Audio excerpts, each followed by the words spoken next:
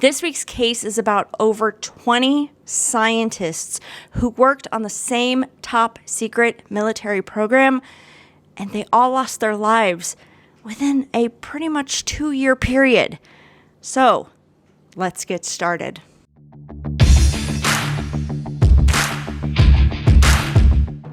Hello everyone, my name is Brandy, and it's time for a true crime case, mystery, paranormal story, or historical perspective story, along with one or more of my fabulous felines. Oh, she just jumped down, but my big fluffy girl was eating back there. They're all kind of mulling around here, so I'm sure they'll jump up there. If you are a returning subscriber, welcome back, my feline friends, and a big shout out to my feline fans for supporting this channel. Now today we are going historical, and we're going to talk about the Star Wars program, not the movies. This is the Star Wars program that Ronald Reagan championed in the 1980s. Now, speaking of the 80s, my husband and I, we are children of the 80s, and we just got a new toy. Presenting this beauty, a 1978 Pontiac Trans Am with, fellas, a big block 400. She needs a little body work, but overall, she is in pretty good condition. It does run. I've been driving her, and boy, does she have some power behind her.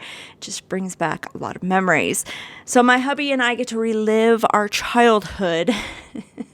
We always say, as long as you're young in your heart, you'll never feel old. Yeah, I wish my body would follow that advice. I just turned 45 in January, so yeah, aches, pains, you name it. Okay, sorry, it's time to get serious and talk about this case though. So let's start with some history for those of you that weren't born yet or was too young to remember this Star Wars program. Oh, and by the way, I almost forgot. I'm so sorry. This case was a recommendation by Freedom Forever.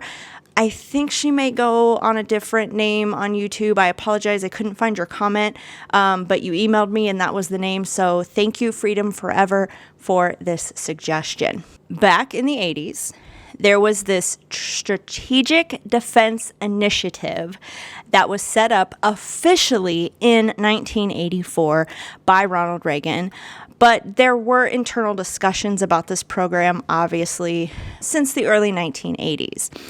You see, the concept of this program was to call upon engineers and scientists to develop a system that would render nuclear weapons obsolete. You know, at this time in the 80s, the United States and what was known as the Soviet Union at the time were in a Cold War.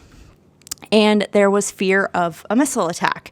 I mean, I remember in elementary school, we used to have those, duck under your desk kind of drills instead of just the classic fire drills. So along with defense weapons that could, intercept a missile headed towards the U.S. so nobody could get hurt, the program was also supposed to look at other weapon concepts such as lasers, particle beam weapons, stuff like that, big technology things, anything that could potentially be controlled by a computer system hooked to satellites. So essentially, they wanted, a system that they could mobilize in a moment's notice and annihilate the competition so there's no war. So essentially, this was supposed to be a defense and a weapon against the Soviet Union at the time. So because of the technology and satellites and space and all that lovely stuff, Strategic Defense Initiative program was nicknamed the Star Wars program. So pretty fitting, eh? Now, it officially started in 1984, and it went on for a couple years.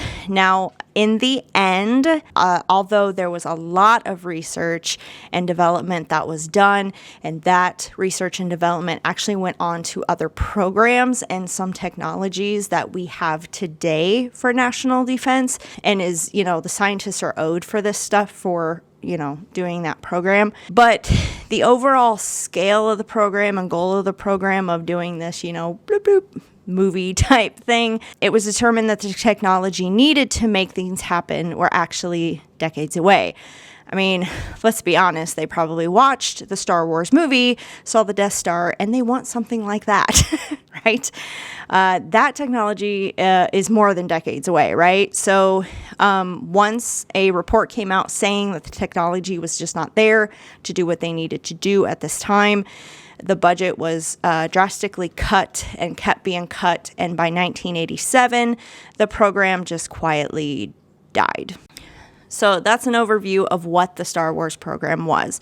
Now, the United States had, made contracts with their allies in order to do this program. They couldn't do it alone, right?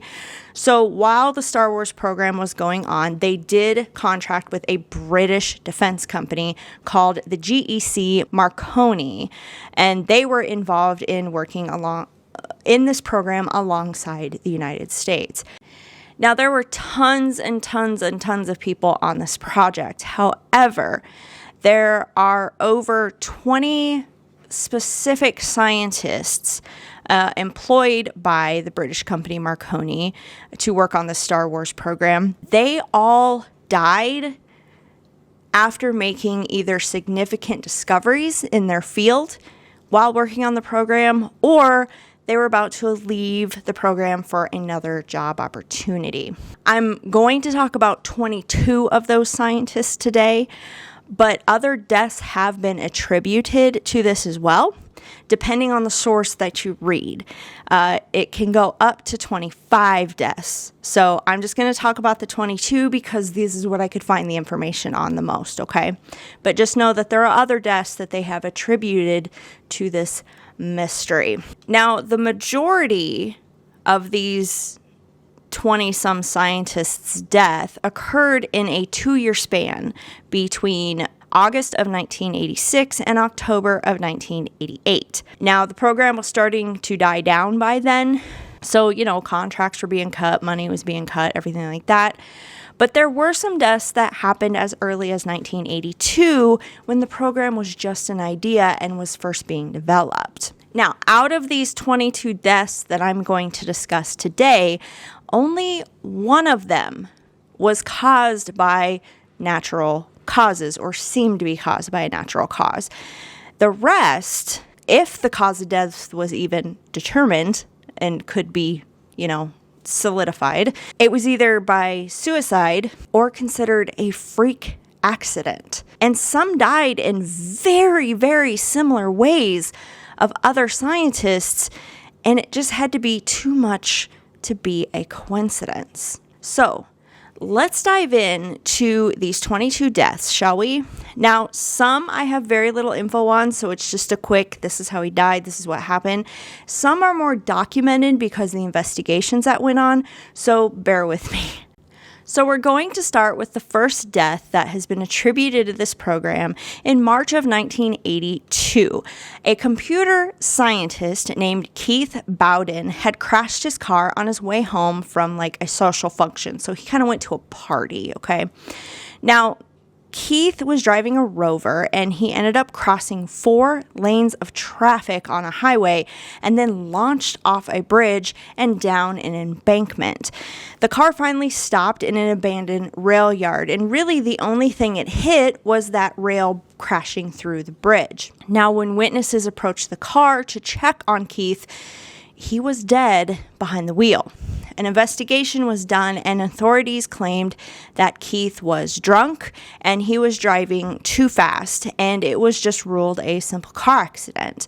However, friends from the party where he came from and his wife insist that he was not drinking at this party, and his wife actually suspected a immediate cover-up. His wife actually went so far as to call a private wreck investigator to actually investigate the car that Keith was driving. And what the investigator noticed was that the tires on the car had actually been switched out. The tires that were on the car were like old and worn out, where they just should have not been driven on at all. And the car itself was actually in pretty good condition for what it went through and crashed through that barrier. So it was questioned of what exactly killed Keith then.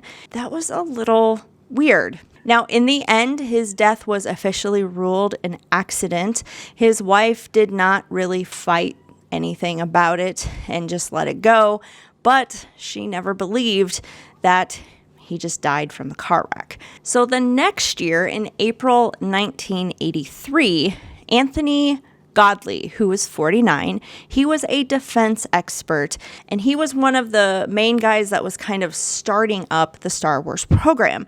He just sort of disappeared one day without a trace. When Anthony's father died a few years later after Anthony's disappearance, he left more than $60,000 to him with the provision that Anthony must come forward by 1987 to claim the money. See, some thought that Anthony might be in hiding because of his top secret military work. However, 1987 had come and gone, and Anthony never came forward to claim the money. Now, to remind you, in 1983, $60,000 was quite a bit of money, so it's probably not something that Anthony would leave on the table.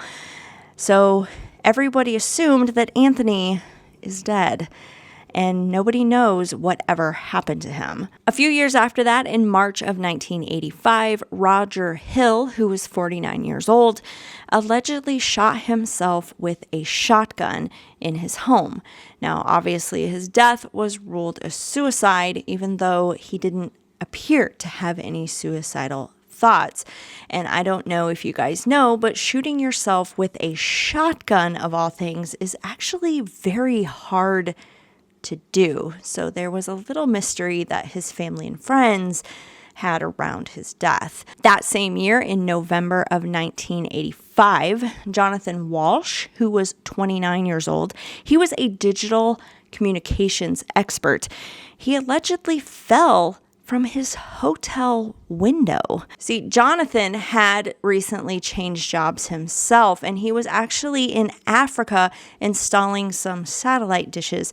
And so he was staying in a hotel there and fell out of his window. Now, prior to his death, Jonathan had expressed fear for his life and had recently switched jobs to stop working on the Star Wars program, and he actually got a job with Marconi's parent firm, Martelsman Health Research Facility. So again, kind of mysterious. Now, his cause of death wasn't really ruled an accident or otherwise. It's still kind of open because they can't prove that he jumped himself, nor can they rule out foul play. So a short while later, in the fall of 1986, there were actually 2 deaths that happened to 2 scientists that worked on this program within weeks of each other. The 2 scientists were actually involved in creating software for the computerized Star Wars simulator. They both had been working on the simulator just hours before their death. The first scientist, and I am so sorry if I mess up this name, but his name was Vimal Dajabahi. I'll put it up on the screen. He was 24 years old, so he was still a young man, and he was found 240 feet below the Clifton Suspension Bridge in Bristol. And here is the weird part. His pants was around his ankles. Now, an investigation was done to determine if Vimal was pushed or if he jumped off the bridge, but unfortunately, there were no witnesses. So the case was sort of left open, but police would later testify that Vimal suffered from depression, but his friends and family adamantly denied this, and there was no history of personal or emotional problems that he had. So I guess my biggest question would be, where are the police getting this information if his friends and family aren't agreeing with what they are saying? Police also claimed that Vimal had been drinking with a friend shortly before his death. And apparently they got this information because they found a bottle of wine and 2 paper cups in his car on the bridge. But no forensics was done on the cups or the automobile in general, so we just don't know what that was or if it was true. And again, his family and friends stated Vimal actually did not drink due to his religion. He actually stayed away from it, and he hadn't had a drop of alcohol in his entire life. Now, there is a coroner's note in Vimal's autopsy that they found a puncture mark in his left buttock that was like a puncture mark from a needle. And that could sort of explain why his pants were down. Now, family and friends actually pressed on this, and Vimal's body was taken to a top office pathologist to do another autopsy on, more thorough. Now, months later, police held a press conference after that autopsy was done, stating that the puncture mark wasn't a needle puncture mark at all, but a wound caused by a bone fragment when he fell. The official cause of death has not been listed as a suicide, however, because, again, they don't know if he fell or if he was pushed. A bone fragment in the butt, huh? Okay. Now, the second death in Bristol that took place just a few weeks later after Vimal, the police practically tripped over themselves trying to come up with, like, the motive for the cause of death. Let me explain. So, Asad Sheriff, who was 26 years old, again, another young man, he allegedly drove to a public park not too far from the bridge where Vimal was found. He tied one end of a nylon cord around a tree, and then he tied the other end around his neck. He got into his car, pressed the gas, and, well, you can imagine how that ends. He ended up decapitated. Now, this is where their employer, Marconi, kind of seems a little suspicious, okay? Marconi, the company, first stated that Asad had nothing to do with the Star Wars program and was just a junior employee there. Like, he didn't even know about the Star Wars program. What are you talking about, huh? Well, Asad's coworkers, they stated otherwise. And at the time of Asad's death, he was actually about to be promoted because of his work on the Star Wars program. So, okay, Marconi. Asad's death was ruled a suicide, a very violent, brutal suicide. And the police stated that he was upset over a woman, that, he was a jilted lover, so to speak. But the woman they named that he was jilted over, she actually came forward and she said that, no, I was his landlady, and that was like 3 years ago. And she actually said she was married, she had 3 kids, and was actually deeply religious. So to imply that she had an affair with Asad was outrageous. And Asad was actually engaged to a woman in Pakistan as well. And the family said that he was actually deeply in love with her and was saving money to bring her over so they could get married. Well, after all this came out, the police suddenly changed the story or, the motive for Asad's apparent suicide. The police then stated that Asad was, of course, deeply in love with his fiancée, but another woman that he was supposedly having an affair with was pressuring him to call off the wedding. Police stated that they found a recorded taped, like a cassette tape in his car that had a recorded message on it that Asad stated that it served as like a suicide note, that on it Asad admitted to having an affair and bringing shame to his family, so he had no choice but to take his life. But again, the tape was played for his family and friends, and they stated Asad gave no indication on the tape of why he wanted to kill himself. And there was also a side note here. In the initial investigation, there was a metal rod, like a metal pipe, found on the floor of Asad's car.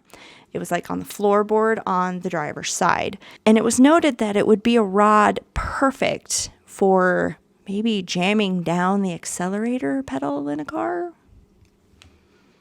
Just throwing that out there. In January of 1987, the deaths continued.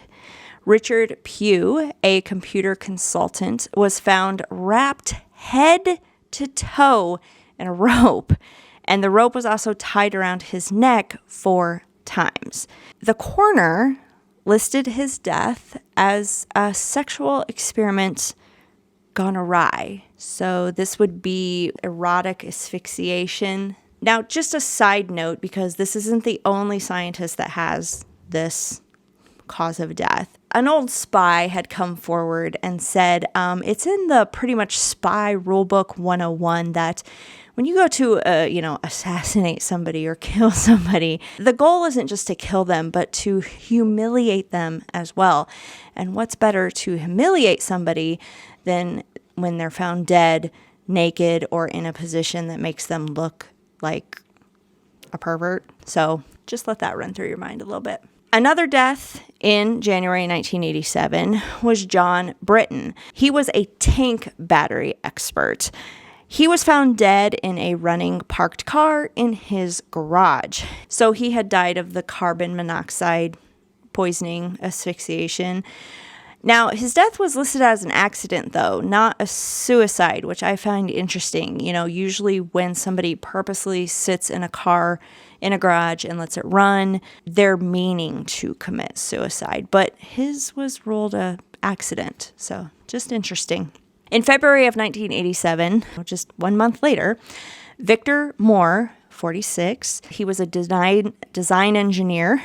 He was found dead by an apparent drug overdose. Now, his death was listed as a suicide.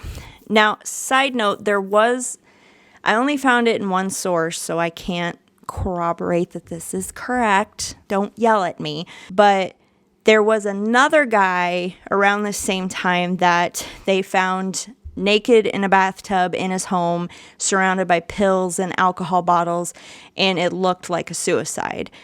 But when they ran toxicology on his body, he had no pills, no alcohol in his system. This guy did work on the Star Wars program, all but, briefly, but just still something to note there.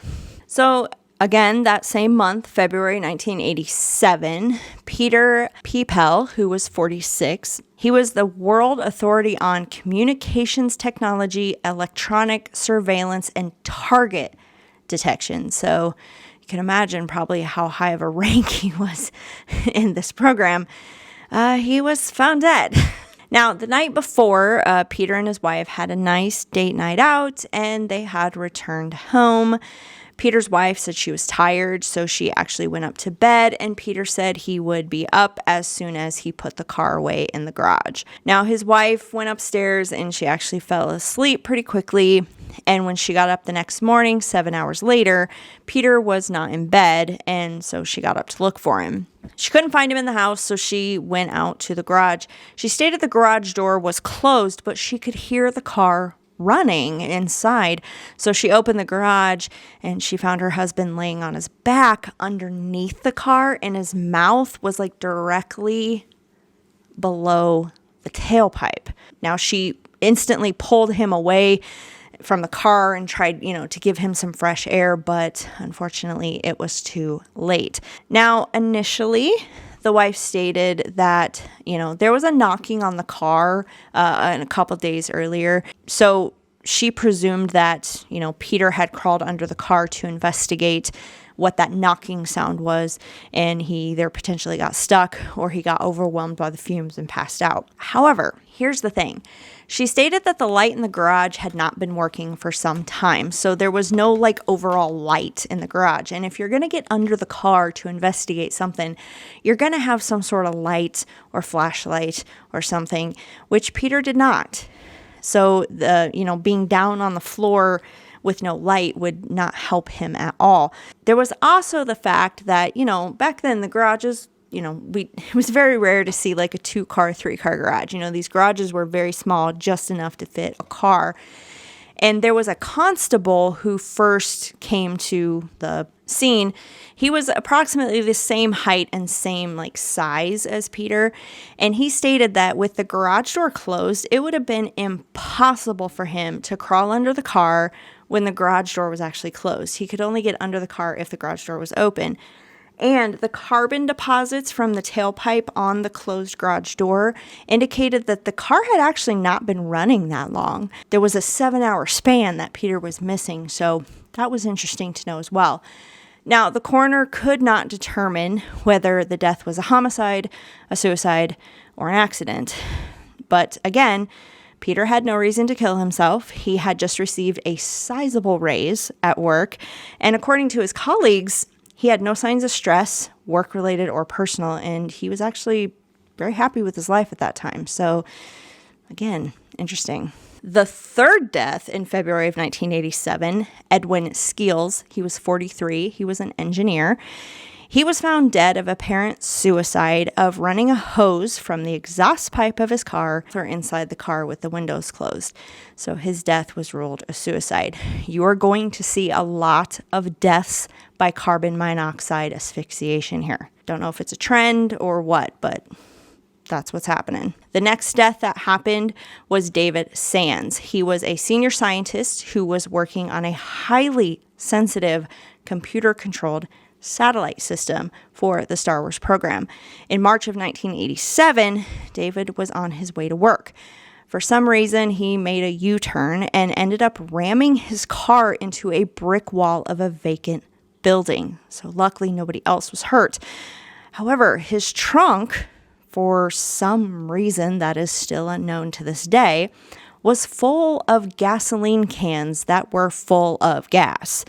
So the car exploded on impact and David died instantly. Shortly after the accident, information was leaked to the press by somebody, we don't know who, that David was under tremendous mental strain and had an implication that he probably took his own life. However, again, we see a trend here. David's family stated that he was not suicidal and actually was very happy because he had a tremendous breakthrough at his work the week before on, fixing a problem or whatever. And he was actually told he was going to be rewarded for this work. So in this case, the coroner refused to rule out the possibility of foul play, but it was listed as an accident with the possibility of foul play. So now we jump to April of 1987. A few months later, Stuart Gooding, who again was only 23, he had just recently graduated from college. He died in what they call mysterious car wreck. It just says mysterious, so I don't have any details, but his death was ruled an accident. Another death in April 1987, George Countess, he was a systems analyst. He drowned. George was driving his BMW and it plunged into the Mersey River and he was unable to get out. His death was ruled a misadventure. So an accident due to misadventure. A third death in April 1987 was Mark Weisner. Again, 24 years old, guys. A lot of these guys were young.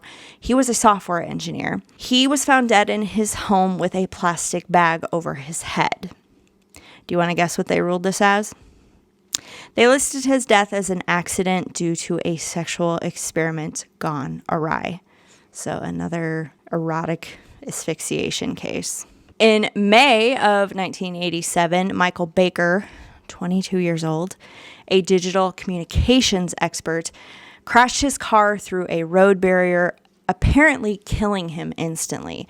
His death was ruled a misadventure.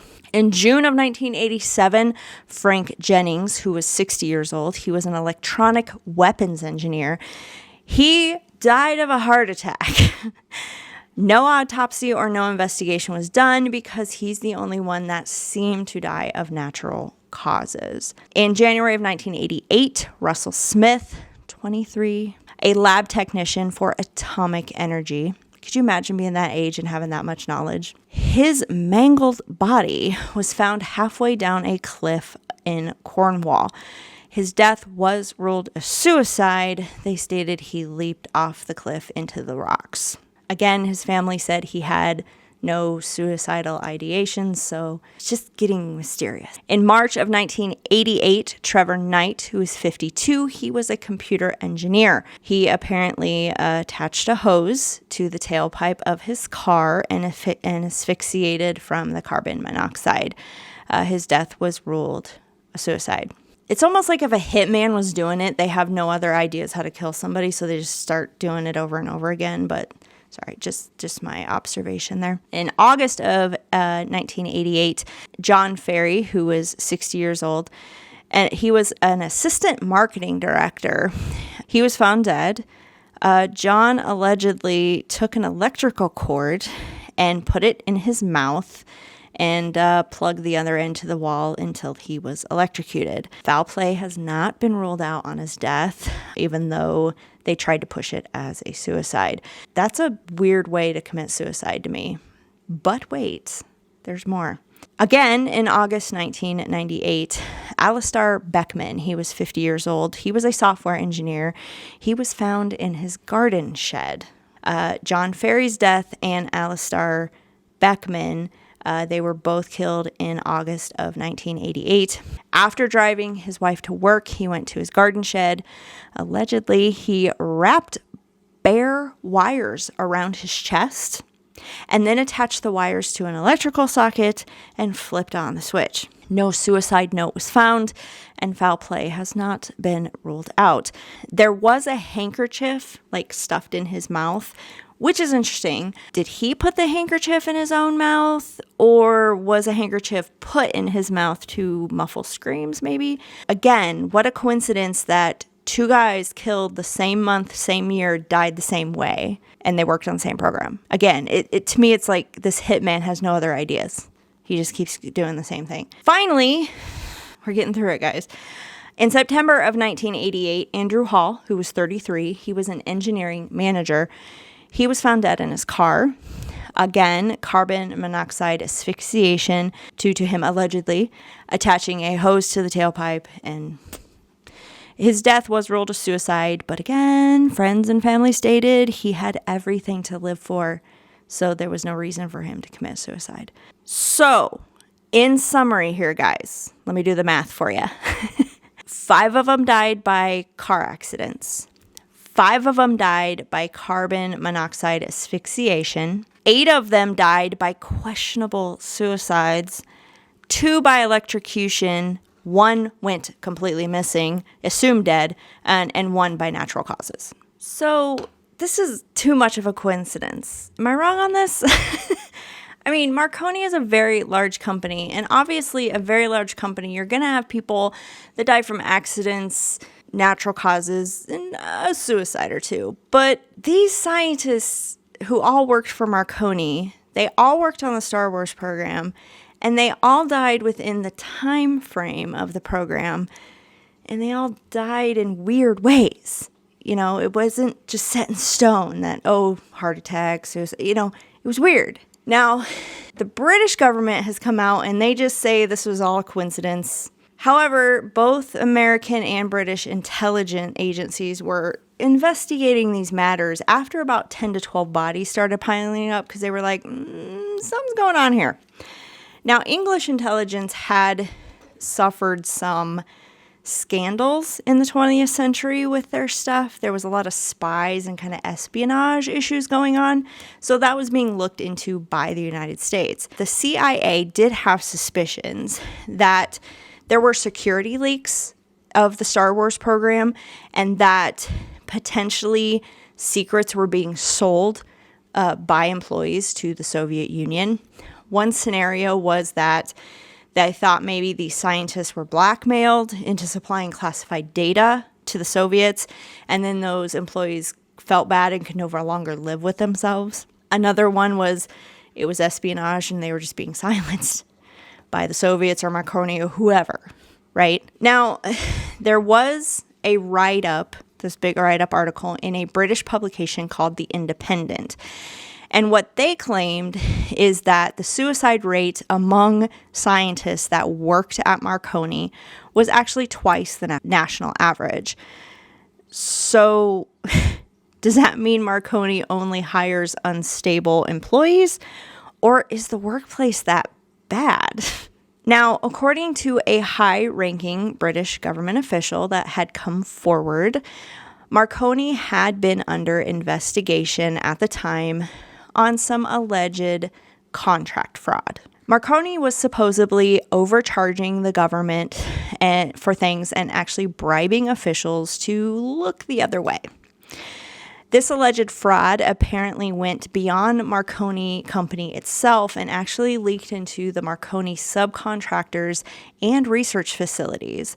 Almost all of these scientists that died, they were associated with one or more of these agencies. So if Marconi was forcing their employees to, cover things up, well, I mean, yeah, you can see where stress would get like that, right?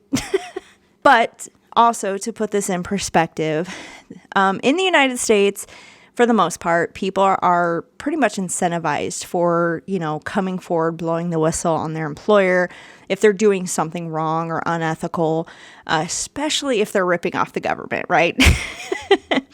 However, in Britain, there is this precedent, or there was in the 80s at least, that at the time in the history of the country, there was only about 20 people that had ever came forward as a whistleblower and, tattled on their company, right? Well, unfortunately for these people, they didn't receive any type of incentive and they were actually fired from their employee immediately, right? Not too bad, but apparently at the time, Britain also had this thing called the Official Secrets Act. This act was made to actually protect governments and its subsidiaries from, spying, sabotage, espionage, any related crimes in that area.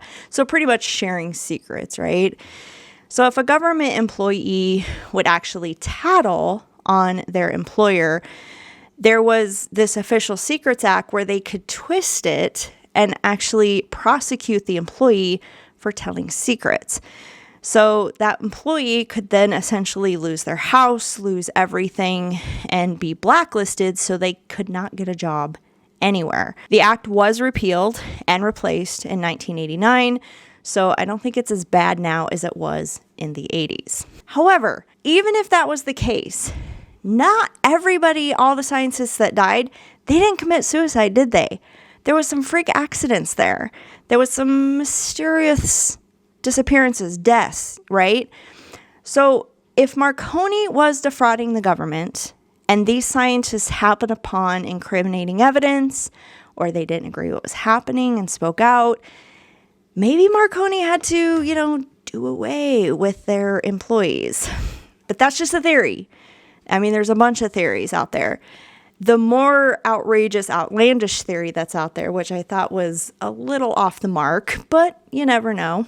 We are talking about Star Wars after all. This theory states that the Soviet Union developed an electronic death ray and that they'd turn the death ray on, point it at someone, and the waves would interfere with the person's brain waves, causing violent mood shifts and suicidal depression. But again, you would have to depend that suicidal depression would get so bad that they would take their life, and not all of them committed suicide. So in closing, are these deaths a work of a corrupt company, hitman, espionage, or just outlandish coincidences? What do you think?